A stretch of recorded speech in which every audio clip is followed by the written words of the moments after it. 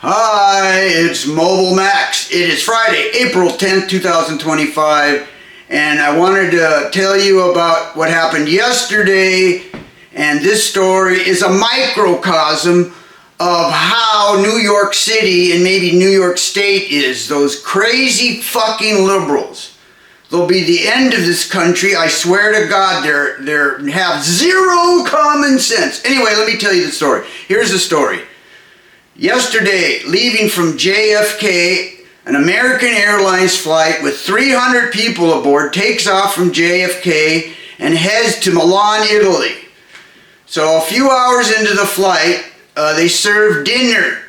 And this one guy who's accompanied by his family and a baby, I guess the husband or the father figure, gets his dinner and blows up at the stewardess, gets very aggressive.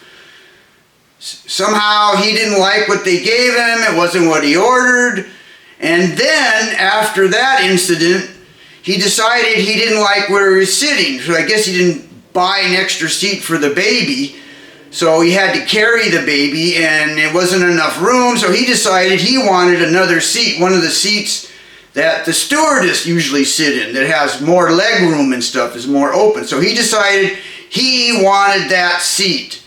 And they said, no, it's not legal. You can't do that. You can't sit there. And so he went and got more aggressive and started making aggressive moves towards the pilots. And they had to turn the flight around. Long story short, he had to turn the flight around in the middle of the ocean and fly all the way back to JFK.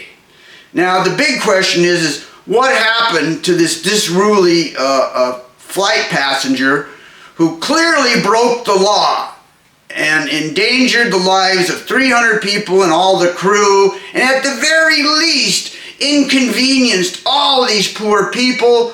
They had to spend an extra day and then coming back, all the aggravation, all the fuel that the airline had to spend, all the extra money for the pilots and the crew.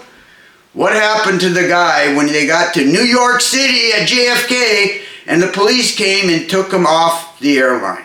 Nothing happened to this guy. Nothing. After all this mess, they released him to go home.